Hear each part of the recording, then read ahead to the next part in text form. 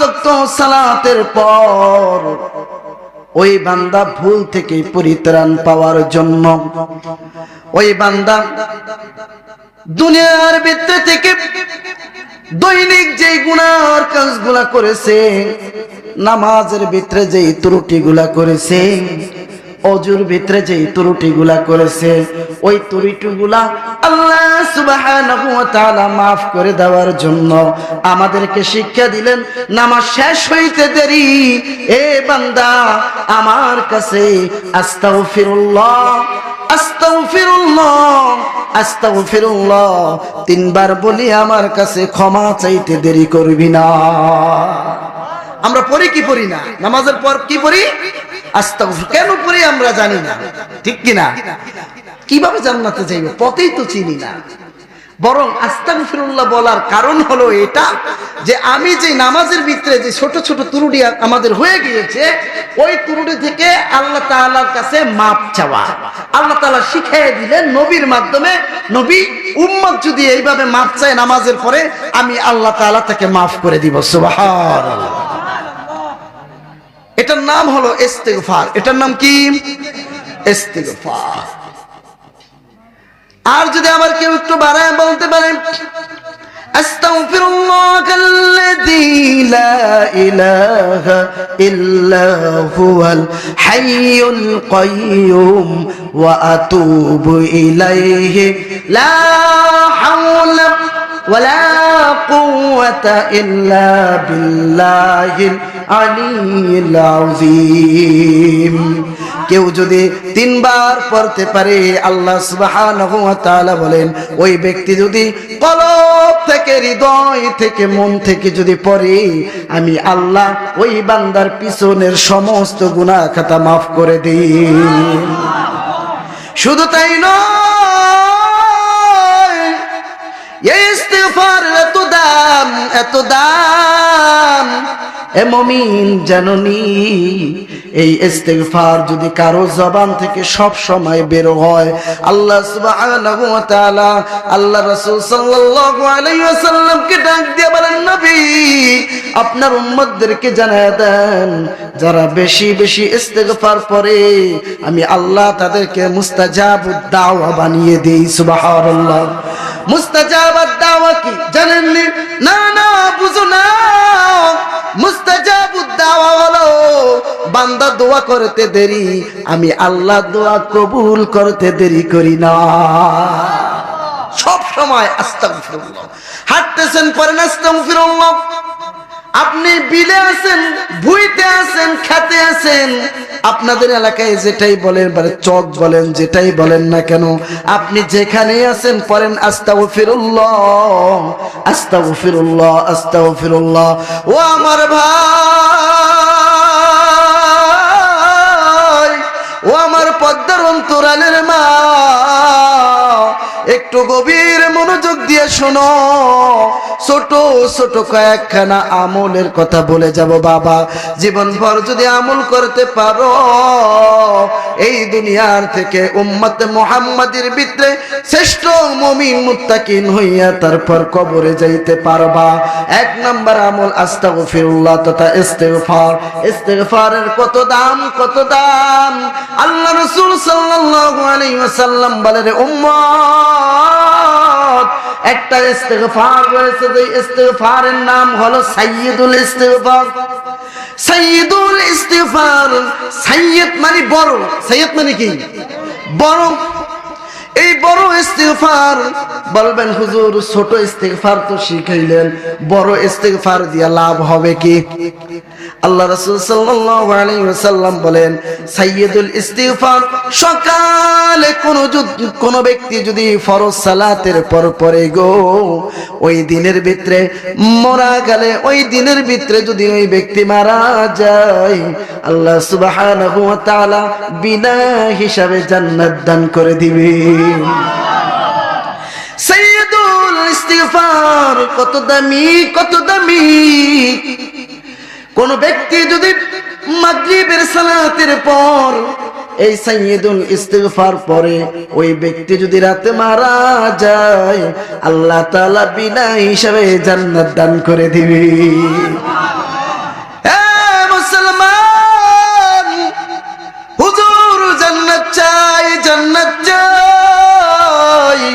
হুজুর জান্নাত চাই, আল্লাহ তুমি আমাদেরকে জান্নাত দাও। কিন্তু জান্নাতের পথ আমরা জানি না, জান্নাতের পথ আমরা শিখে নেব। তার মানে সাইয়্যিদুল ইস্তিগফার যদি সকালে পড়ি দিনে মারা গেলে জান্নাতি, আর যদি রাত্রে পড়ি রাত্রে মারা গেলে জান্নাতি। ওই সাইয়্যিদুল ইস্তিগফার অনেকে এই জায়গায় পারি না, একটু বড় একটু কি, কিন্তু আমরা যদি চেষ্টা করি মুখস্থ করতে পারি। কারণ বড় বড় কবিতা আমরা মুখস্থ করি, বড় বড় গল্প আমাদের মুখস্থ হয়ে যায়, বড় বড় গান আমাদের মুখস্থ হয়ে যায়, ঠিক কিনা? আমরা যদি চেষ্টা করি সাইয়্যিদুল ইস্তিগফার মুখস্থ করতে পারবেন তো ইনশাআল্লাহ? আমি আপনাদেরকে বলি সুন্দর করে মনোযোগ সহকারে আপনারা শুনবেন।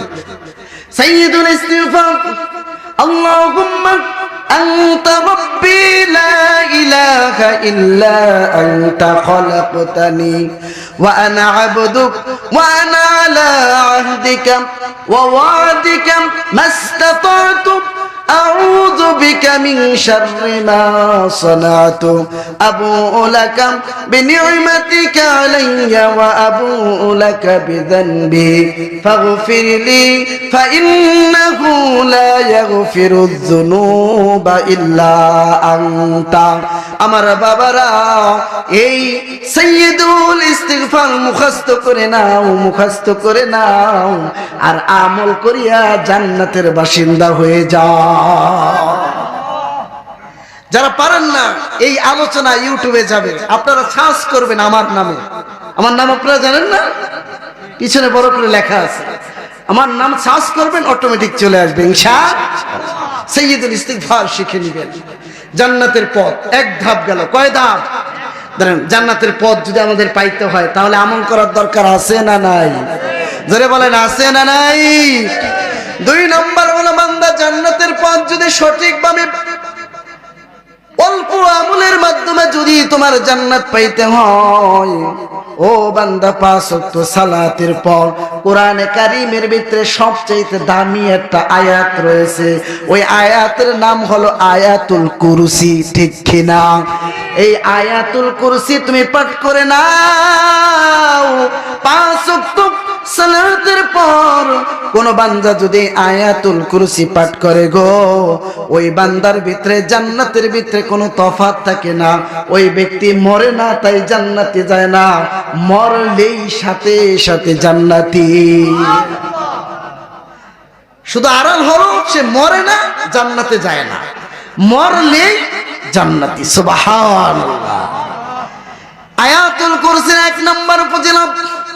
2 নম্বর ফজিলত, আয়াতুল কুরসি পড়িয়া কোন ব্যক্তি যদি ঘর থেকে বাইর হয়, আল্লাহ সুবহানাহু ওয়া তাআলা 70,000 ফেরেশতা দিয়া ওই ব্যক্তিকে যতক্ষণ ঘরে না আসবে এতক্ষণ পাহারার ব্যবস্থা করে দেন।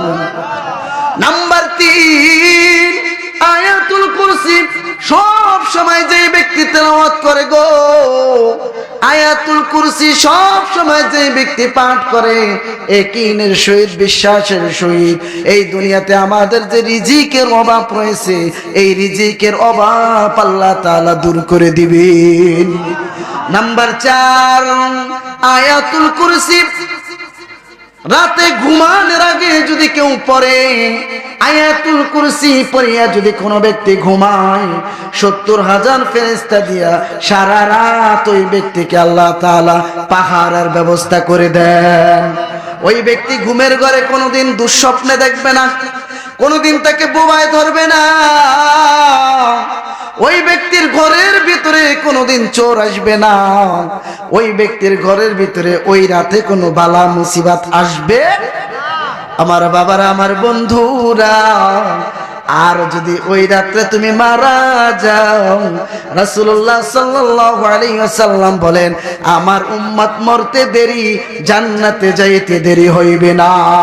সুবহানাল্লাহ। তাইলে আয়াতুল কুরসির দাম আছে না নাই? যারা বলেন আছে না নাই? আমরা তো পড়বো ইনশাআল্লাহ। আল্লাহ তাআলা পড়ার তৌফিক দান করুক, সকল ফেরে আমিন। আমার বাবারা, আমার বন্ধুরা, এই জান্নাতের পথ আমি তোমাদেরকে দেখাইতেছি বাবা, জান্নাতের পথ তোমরা দেখে নাও, জান্নাতের পথ তোমরা একটু দেখে নাও। যদি আমল করতে পারো অবশ্যই অবশ্যই জান্নাতের পথ খোলা। আর যদি আমল করতে না পারি তাহলে কি জান্নাতে যাইতে পারবি? সারাদিন বলুম আমি ফরিদপুর যাব আর উল্টা রাস্তা দিয়ে হাঁটবো, কোনোদিন হবে? হবে না। জান্নাতে যাওয়ার 3 নম্বর মাধ্যম হলো আল্লাহ রাসূল সাল্লাল্লাহু আলাইহি ওয়াসাল্লাম বলেন, এ বান্দা, যখন তুমি মৃত্যুবরণ করবা তোমার সাথে কিছু আর কিছুই যাবে না। 3 টুকরা কাপড় মুসলমানদের বিধান অনুযায়ী দেয়, ঠিক কিনা? আমার বাবার, আমার বন্ধুরা, দুনিয়াতে যারা শহীদ হয় তারা কিন্তু 3 টুকরা কাপড়ও পায় না। যেই জামা কাপড় পরা ছিল ওই জামা কাপড় পরা অবস্থায় তাদেরকে দাফন করতে হয়, ঠিক কিনা? এমন মানুষ আছে এই 3 টুকরা কাপড় নসিব হয় না, আগুনে পুড়ে মারা যায়, লাশের অস্তিত্ব থাকে, পানিতে পুড়ে মারা যায়, পানির নিচে ডুবে যায়, মাছ তাদেরকে গ্রাস করে, মাছ তাদেরকে খেয়ে ফেলায়, মাছ এমন ভাবে খায় ওই ব্যক্তির লাশ আর খুঁজে পাওয়া যায় না। আছে না নাই? আমার বন্ধুরা, কার মাটি কোন জায়গায় হবে আমার কেউ কিন্তু বলতে পারি না। এমন মাটি, এমন মাটি, যেই মাটি 1 বিঘত মাটির জন্য তুমি তোমার ভাইকে ছাড় দাও নাই, 1 বিঘত মাটির জন্য তুমি তোমার প্রতিবেশীর সাথে সারা জীবন গেঞ্জাম করলা, মারামারি করলা।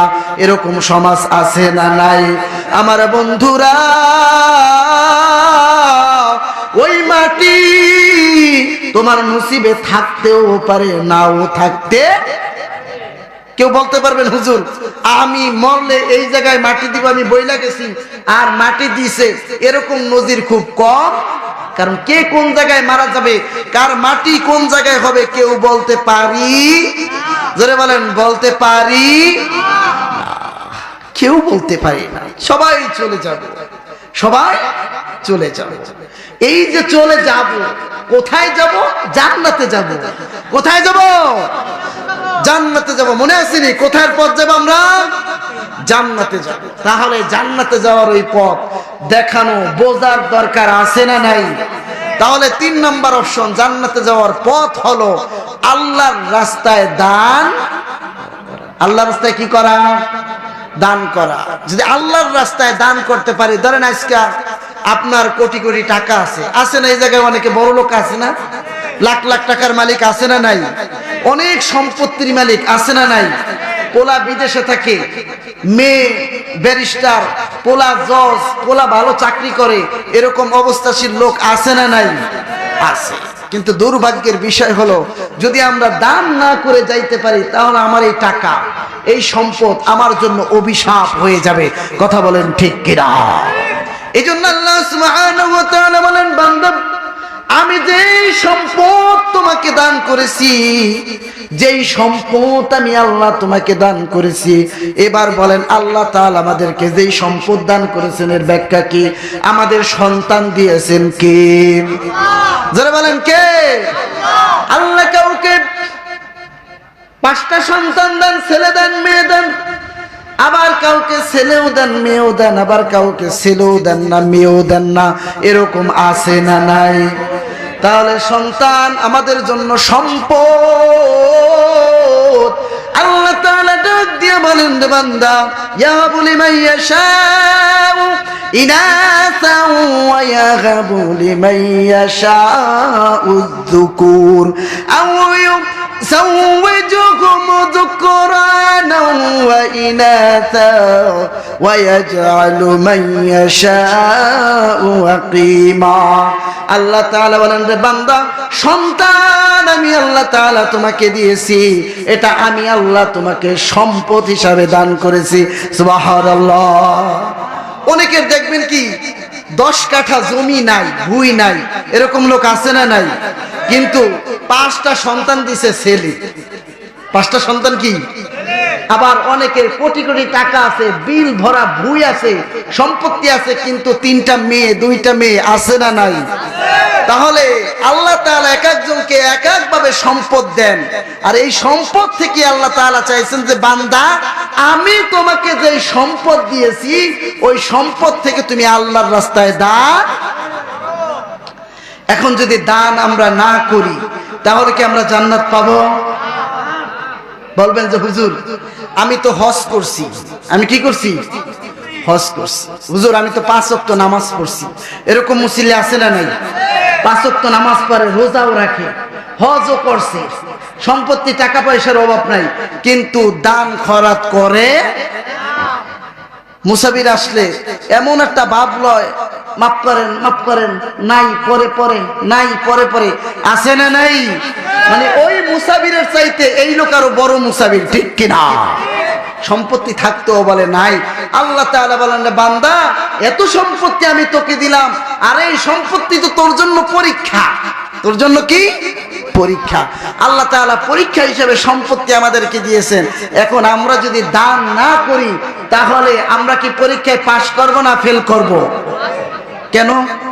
কাল হাসরের ময়দানে আপনি বলবেন আল্লাহ আমি তো নামাজ পড়েছি, আমি তো হজ করেছি, আমি তো যাকাত দিয়েছি, এবার আমাকে জান্নাত দাও। আল্লাহ তাআলা বলবেন বান্দা তুমি সব কিছু করেছো, তোমাকে যে আমি সম্পত্তি দিয়েছিলাম ওই সম্পত্তির ভিতরে গরিবের হক রয়েছে, ওই হক তুমি আদায় করো। গরিবের হক আদায় না করলে আল্লাহ তাআলাও ওই বান্দাকে ছাড় দেবে। আল্লাহ তাআলা বলছেন বান্দা দুনিয়ার ভিতরে যত গুনাহ করো 3টা গুনার কাজ করবে না। কয়টা গুনাহ? 3টা গুনার ভিতরে 2টা গুনাহ স্বতন্ত্র, একটা গুনাহ পারফেক্ট। 1 নম্বরে বান্দা যদি আমার সাথে শিরিক করো তাহলে আমি আল্লাহ তাআলা তোমাকে মাফ করব। এটা আল্লাহ তাআলা মাফ করবেন না বইলা দিবেন। আর যে 2টা গুনাহ, এই 2টা গুনাহ যদি ব্যক্তি মাফ করে দেয় তাহলে আল্লাহ তাআলাও মাফ করে। এর ভিতরে আর 2 নম্বরটা হলো মা বাবার সাথে বেয়াদবি করা, মা বাবার সাথে খারাপ আচরণ করা। এখানে মা বাবা দুইজনই আছে, এরকম কে কে আছে? হাত জাগান। মা আছে বাবাও আছে, 2 জন আছে মাত্র। এই কয়জন? সবাই মা বাবা চলে গেছে। আহা, আল্লাহ তাআলা তাদেরকে জান্নাত নসিব করুক, পরে আমিন। এখানে অনেকেরই মা বাবা নাই, অনেকেরই মা বাবা নাই। প্যারে হাজিরেন বাবারা আমার, বন্ধুরা আমার, মা বাবার সাথে যদি কেউ বেয়াদবি করে তো খুব, এখন যাদের মা বাবা আছে তারা তো মাপ চাইতে পারবা। মা, ও মা, দুনিয়াতে আসার পর না বুঝে আমি তোমার সাথে বেয়াদবি করেছিলাম, ও মা আজ তুমি আমাকে ক্ষমা করে দাও। দুনিয়াতে যতদিন বাঁচি আমি কোনোদিন তোমার সাথে বেয়াদবি করব না। ও আমার যুবক ভাই, আজ তোমার মা আছে তুমি বুঝো না, যার মা নাই সেই ব্যক্তি বুঝে মার কত দাম। মার দাম আল্লাহ সুবহানাহু ওয়া তাআলা মা বাবা সম্পর্কে কোরআনে কারীমে যতগুলো আয়াত দিয়েছেন এই আয়াতের তাফসীর আল্লাহ তাআলা নিজেই করে দিয়েছেন। সুবহানাল্লাহ। এক একটা আয়াতের তাফসীর মুফাসসিরিনে কেরাম বিভিন্ন ভাবে উপস্থাপন করেছেন, গ্রামার অনুযায়ী, ব্যাখ্যা অনুযায়ী। কিন্তু মা বাবা প্রসঙ্গে যে আয়াতগুলো আল্লাহ তাআলা দিলেন, আল্লাহ তাআলা ব্যাখ্যা করে বলে দিলেন খবরদার খবরদার মা বাবার সাথে তোমরা ইহসান করো। কিন্তু আমাদের এই জায়গায় দুর্বলতা আছে না নাই? মা বাবাকে সম্মান করতে চাই না, মা বাবাকে ভালোবাসতে চাই না। কিন্তু আজ আমি তোমাকে বলে যাব বাবা, কেন তোমরা মাকে ভালোবাসবা, বাবাকে ভালোবাসবা? আমার বন্ধুরা, আমার বাবারা, ও আমার পদ্মার অন্তরালের মা, ও আমার কলিজার টুকরা বোন, কেন মাকে ভালোবাসবা? মা এমনিতেই হওয়া যায় না মুমিন, মা কিন্তু এমনিতেই হওয়া যায় না। মা হইতে হইলে অনেক কষ্ট, অনেক কষ্ট, অনেক কষ্ট। আমার বাবারা, আমার বন্ধুরা, তুমি আর আমি যেই দিন মায়ের গর্ভের ভিতরে রেখে এর ভিতরে আল্লাহ তাআলা আমাদেরকে সেট করে দিলেন, ওই দিন থেকে মার কাছে আর ভালো লাগে না। মাকে ঘুরায়, মার কাছে আগের মতো আর ভালো লাগে না। মার শরীরটা একটু ভার ভার লাগে, ঠিক কিনা? মাঝে মাঝে মা বমি করে অসুস্থ হয়ে যায়, মাঝে মাঝে মা বেহুশ হয়ে যায়। দিন যত যায় মার টেনশন তত বেড়ে যায়, দিন যত যায় মার টেনশন তত বেড়ে যায়। যখন বাচ্চার 4 মাস পরিপূর্ণ হয়ে যায়, ওই বাচ্চা পেটের ভিতরে নড়াচড়া করা শুরু করে দেয়, ঠিক কিনা? আমার বাবারা, আমার বন্ধুরা, মার গর্ভের ভিতরে বান্দা যখন তুমি আর আমি নড়াচড়া করতাম, ওই সময় কিন্তু মা খুব আনন্দ উপভোগ করত। যদিও ব্যথা পাইতো তারপর আনন্দ উপভোগ করত। কারণটা কি? কারণটা কি? সন্তান যদি পেটের ভিতরে না নড়ে তাহলে মা দৌড়াইয়া যায় দাদির কাছে, দাদি বাচ্চা তো লড়ে না, ঠিক কিনা? বাচ্চা যদি পেটের ভিতরে না লড়ে মা টেনশনে পড়ে যায়, মা কান্নাকাটি শুরু করে দেয়, না জানি আমার পেটের ভিতরে বাচ্চা মারা গেল, ঠিক না? আমার বাবারা, আমার বন্ধুরা, ওই মা পেটের ভিতরে বাচ্চা নড়াচড়া না করার কারণে মা ব্যথা পায়। আমার বন্ধুরা, দিন যত যায় মার টেনশন তত বাড়ে। আমার বন্ধুরা, ওই মায়ের পেটের ভিতরে থেকে আমি আর আপনি নয়, পৃথিবীর সমস্ত মানুষ প্রায় 4800 বার মার কলিজা বাড়ায়া সন্তান লাথি মারি। 4800 বার, 4800 বার প্রায়।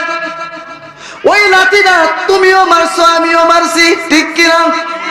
মা বাবা এতটা সোজা নাই রে মুমিন। মাকে কেন এত সম্মান দিলেন? মাকে কেন সম্মান দিলেন? আমার বাবারা, আজ ওই মায়ের সাথে তুমি কিভাবে বেয়াদবি করো?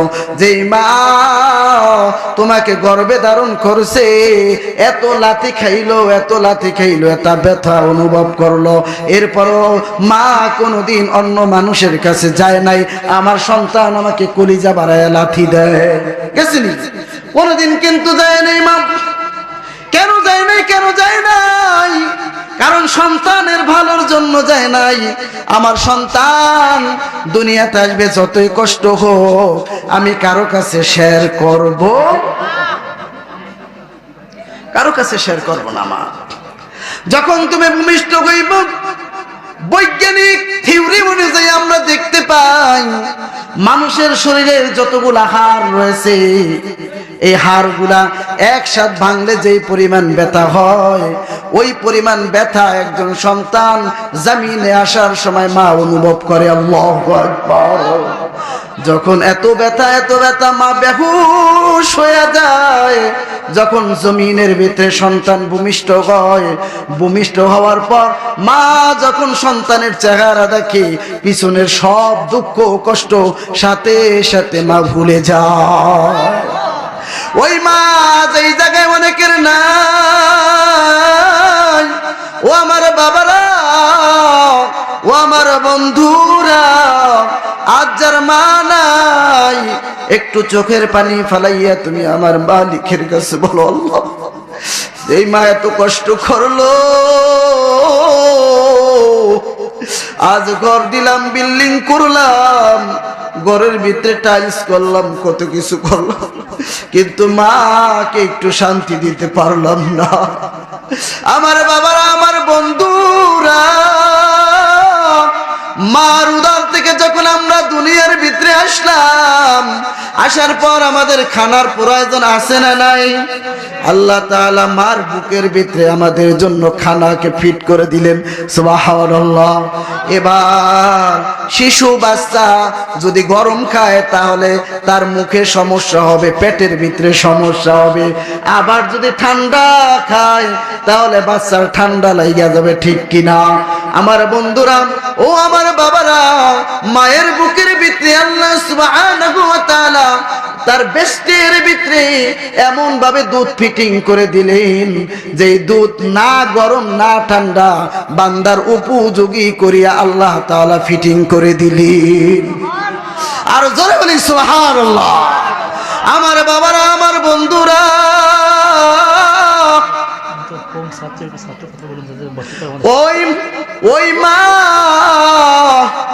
ওই মা যাদের নাই, আজ এই জায়গা থেকে একটু তালিম নিয়ে যাও। ও বাবা, মার জন্য তুমি কি করবা, মার জন্য কি করবা। এবার যাদের মা আছে বাবা, যেই মা তোমাকে এত কষ্ট করে লালন পালন করলো, ওই মাকে একটু ভালো খাবারের দরকার আছে না নাই? যারা বলেন আছে না নাই? মাকে ভালো খাবার দিবেন। এখন সিস্টেমটা হলো কি জানেন, মাকে ভালো খাওয়ায়। অনেক সন্তান এই জায়গায় আছে, মাকে ভালো খাবার দেয় কোন সময় জানেন? যেই সময় মা অসুস্থ হয়ে যায়। কি হয়ে যায়? ওই সময় 3 পদের ফল, কমলা, আপেল, মালটা, আনারস, আঙ্গুর, বেদানা কোনোটা বাকি রাখে। কিন্তু ওই সময় তো মা আর খাইতে পারে। কিন্তু যাদের মা আছে, আমি আপনাদেরকে অনুরোধ করব, আপনি 10 টাকা দিয়ে পারেন, 20 টাকা দিয়ে পারেন, 1 কেজির দরকার নাই, আপনি একটা আপেল কিনে নিয়ে আপনার মাকে খাওয়ান। কথা বলেন ঠিক কিনা? কারণ এখন আপনার মা খাইতে পারে, এখন আপনার বাবা খাইতে পারে, আপনি এখন খাওয়ান না, একেবারে দরদ সব উতলায় পড়ে। ওই সময় যে সময় বাবা বিছনায় পড়ে যায়, ঠিক কিনা? ওই সময় পড়লে তো হবে না, এখন খাইতে পারে, এখন খাওয়ান, এখন খাওয়ান। আরে মিয়া, বেয়াদব হয়েন না, বেয়াদব হয়েন না। মা বাবার দোয়া নেন যে বেয়াদব হন, দুনিয়াতে আল্লাহ তাআলা ধ্বংস করে দিব। মা বাবার সাথে বেয়াদবি করলে আল্লাহ তাআলা কোনোদিন মাফ করবে না। আমার মনে হয় কি এই কথাটা আমি বানায় বলছি, তা কে বলছেন? আল্লাহ তাআলা। হাদিসে জিবরাইলের ভিতরে আছে, রিদার রাব্বি ফি রিদাল ওয়ালিদাইন ওয়া সাখাতুল্লাহি ফি সাখাতুল ওয়ালিদাইন।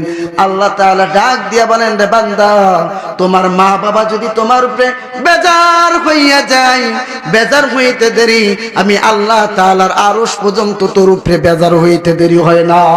নাউজুবিল্লাহ।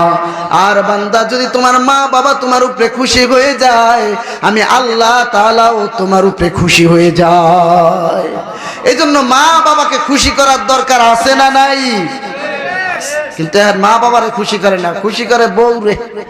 কারে খুশি করে? বউ রে। মার কথা এখন আর বিশ্বাস করে না, সব মা ভুল কয় আর বউ শুধু সত্যি কথা বলে, মা সব মিথ্যা কথা বলে। এরকম ফ্যামিলি আছে না নাই? আমার মনে হয় আপনাদের এই দেশে নেই, আমাদের দেশে আছে, আমাদের দেশে আছে। প্যারে হাজিরিন, আমার বাবারা, আমার বন্ধুরা, হাসির খোরাক দিতেছিলাম, মা বাবার কথা বলতেছি। আসমাকে একটা নতুন কাপড় কিনে দাও, বাবাকে একটা নতুন কাপড় কিনে দাও, আর বাবা মার থেকে দোয়া নাও, দোয়া নাও। মায়ের দোয়া যদি তুমি না নাও, কোনদিন উন্নতের পথ তুমি দেখতে পাইবা। কোটি কোটি টাকা তুমি কামাই করবা, বিদেশে বাড়িতে এসে কোনো শান্তি পাইবা। একজন কোটিপতির সাথে আমার খুব মোহাব্বত, খুব মোহাব্বত, কোটি কোটি টাকার মালিক। উনি আমার পাশে একদিন শুয়ে আমাকে বলতেছে, হুজুর, আপনি শুধু আমার টাকাটাই দেখলেন, আমার সুখটা আপনি দেখলেন। হুজুর জানেন, আমি বাসায় একবেলা ভাত খাইতে পারি না, 3 বেলা খাবার আমার অর্ডার কইরা অনলাইনে না খাইতে, আমার স্ত্রী আমাকে রান্না বাড়া কইরাও খাওয়ায়। টাকা আছে কিন্তু খাওন কপালে। কারণটা কি জানেন? ওই স্ত্রীর নিয়ে আলাদা বাসায় রয়েছে, মার খবর রাখে নাই। পরে কান্দে, মার কথা বললাম, পর কান্নাকাটি করে। এখন কিন্তু লাভ কি? আপনার তো অভাব ছিল না, কোটি কোটি টাকার মালিক, একবেলা ভাত আজকে আপনি ঘরে খাইতে পারেন না। আর আপনাকে যদি শুধু পেঁয়াজ মরিচ দিয়ে ভাত খাওয়ান, তারপর আপনার মা আপনাকে সুন্দরভাবে ভাতগুলা সামনে এনে দিছে। কথা বলেন ঠিক কিনা? আমার বাবারা, আমার বন্ধুরা, তাহলে যাদের মা নাই তাদের করণীয় আছে না নাই? জোরে বলেন, আছে না নাই? 1 নম্বর করণীয় হলো মা বাবার জন্য বেশি বেশি নামাজ পড়িয়া আল্লাহর কাছে দোয়া করা। কোন দোয়া করবা? এই দোয়াটাও আল্লাহ তাআলা কোরআনে কারীমের ভিতরে শিক্ষা দিয়েছেন, ঠিক কিনা? সূরা বানী ইসরাঈলের ভিতরে আল্লাহ সুবহানাহু ওয়া তাআলা বলেন, রব্বিরহামহুমা কামা রব্বায়ানি সগীরা ওয়া কুর রব্বিরহামহুমা কামা রব্বায়ানি সগীরা রব্বুকুম আ'লামু বিমা ফি নুফুসিকুম ইন তাকুনু সালিহিন ফাইন্নাহু কানা লিল আওয়াবিনা গফুরা। সুবহানাল্লাহ। আমার বাবারা, আমার বন্ধুরা, নামাজ পড়িয়া নামাজের পর দোয়া শিক্ষা দিলেন কে? কিন্তু এই দোয়া করতে আমরা ভুলে যাই। নামাজ পড়লে কি লাগবে? আল্লাহ টাকা দাও, জমিন কেনার জন্য তৌফিক দাও, চাকরি দাও, বিদেশে যাওয়ার সব কিছু চাই, ঠিক কিনা? যেই মা উসিলায় তুমি চোখের আলো দেখলা, দুনিয়া দেখলা, চাঁদ দেখলা, সূর্য দেখলা, প্রতিবেশী দেখলা, এত সুন্দর দুনিয়া তুমি দেখতে পাইলা, ওই মার জন্য দোয়া আসে না? এরকম মানুষ আছে না নাই? তাহলে 1 নাম্বার মার জন্য দোয়া করবেন নামাজ পড়ে। 2 নাম্বার ওই মার জন্য বেশি বেশি দান খয়রাত করবেন। মার জন্য দান খয়রাত করতে হবে। আল্লাহ রাসূল সাল্লাল্লাহু আলাইহি ওয়াসাল্লাম বলেন, এ বান্দা, দান কত বড় পাওয়ারশীল ইবাদত তুমি জানো নি? তুমি জানো না দান এতটা পাওয়ারশীল ইবাদত? নামাজ পড়েছো, এ বান্দা দোয়া করেছো, আল্লাহ তাআলা কবুল করতেও পারে, নাও করতে পারে, কিন্তু দান করো। ও বান্দা, তুই তোর মার জন্য দান করতে দেরি, আমি আল্লাহ তোর দোয়া কবুল করতে দেরি করব না। এ বান্দা, মার জন্য দান কর, আর মনে মনে বল, আল্লাহ মসজিদে আমি 5 টাকা দান করলাম, এ মালিক দুনিয়ার কেউ দেখে নাই, দুনিয়ার কেউ দেখে নাই, এ মালিক একমাত্র তুমি দেখেছো। এই 5 টাকা আমি আমার মার জন্য দান করেছি। আল্লাহ, এই দানের উসিলা করিয়া তুমি আমার মাকে জান্নাত দাও। আল্লাহ বলেন, বান্দা আমাকে সাক্ষী রাখিয়া, এ বান্দা তুই দান করতে দেরি হইল, আমি আল্লাহ তোকে তোর মাকে মাফ করে দিতে দেরি করব না। মার নামে দান করবেন, বাবার নামে দান করবেন। কারণ মা বাবার নামে যদি দান না করতে পারেন, যে অর্থ, যে সম্পদ আপনি রেখে যাবেন, আপনার সন্তানও আপনার জন্য দান করবে। কারণ যারা কিরপিন হয় তাদের সন্তানও কিরপিন। কিরপিন বোঝেন? আমাদের চলিত ভাষা কিপটা। কি ভাই? চলিত ভাষা। বখিলও বলে, হ্যাঁ বখিল। আল্লাহ তাআলা আমাদের বখিল না হওয়া থেকে আল্লাহ তাআলা হেফাজত করুক, সবার পরে আমিন। আমার বাবারা, আমার বন্ধুরা, এজন্য দান করবেন মাদ্রাসায়, দান করবেন এতিমখানায়। আপনাদের সমাজের ভিতরে এতিমখানা আছে না নাই? যারা বলেন আছে না নাই? এই যে আপনাদের ওমেদিয়া হাফেজিয়া মাদ্রাসা, ওমেদিয়া হাফেজিয়া মাদ্রাসা, এই মাদ্রাসাটা এতিমখানা, ঠিক কিনা? এই মাদ্রাসাতে এতিমখানা আপনারা সবাই জানেন। যেই জায়গায় অসহায় গরিব মিসকিন পড়ালেখা করে, যেই জায়গায় এতিম রাখা হয়, ওই জায়গাটাকে এতিমখানা বলা হয়, ঠিক কিনা? তাহলে ওই মাদ্রাসাটা চলে কিসে? এই এলাকার যারা ধনাঢ্যবান আছেন, যারা দান দেওয়ার জন্য সব সময় দান করেন, তাদের অনুদানেই এই প্রতিষ্ঠান চলে। এবার আপনারা যদি মন থেকে এই প্রতিষ্ঠান না দেখেন, আর যদি আপনার ধরেন পীরের বাড়ি, পীরের বাড়ি আছে না, অনেকের পীরের বাড়ি, এক একজনে এক এক জায়গার পীরের মুরিদ, যার কাছে যেটা ভালো লাগে করেন, কোনো সমস্যা নাই, কারণ সব পীরেই ভালো, আমরা মুরিদরা খারাপ। কথা বলেন ঠিক কিনা? আমার বাবারা, আমার বন্ধুরা, কিন্তু ওই পীরের দরগায় টাকা দেওয়ার আগে আপনার প্রতিবেশীদের এতিমখানা আছে, এই জায়গায় আগে টাকা দিতে হবে। যদি আপনি এই জায়গায় টাকা না দিয়ে ওই জায়গায় দেন, কোনোদিন আপনি পরিপূর্ণ সওয়াব পাইবেন না। কেন পাইবেন না? কেন পাইবেন না? কারণ এটা হলো আপনার হক। এটা কি আপনার থেকে পায় তারা। এখন আমরা এটা করি না, আমরা চাঁদা দিই কোথায়? চরমোনাই, ঠিক কিনা? আমরা চাঁদা দিই বাহাদুরপুর, আমরা চাঁদা দিই আট্টশি, আমরা চাঁদা দিই চন্দ্রপাড়া। কত দূরে? এখান থেকে 50 মাইল, 60 মাইল দূরে, 100 মাইল দূরে, 200 মাইল দূরে চরমোনাই, ঠিক কিনা? ওই জায়গায় আমরা এই জায়গা থেকে টাকা উঠে চাঁদা দিই এতিমখানা, অথচ ঘরের পাশে যে এতিমখানা খবরও নেই,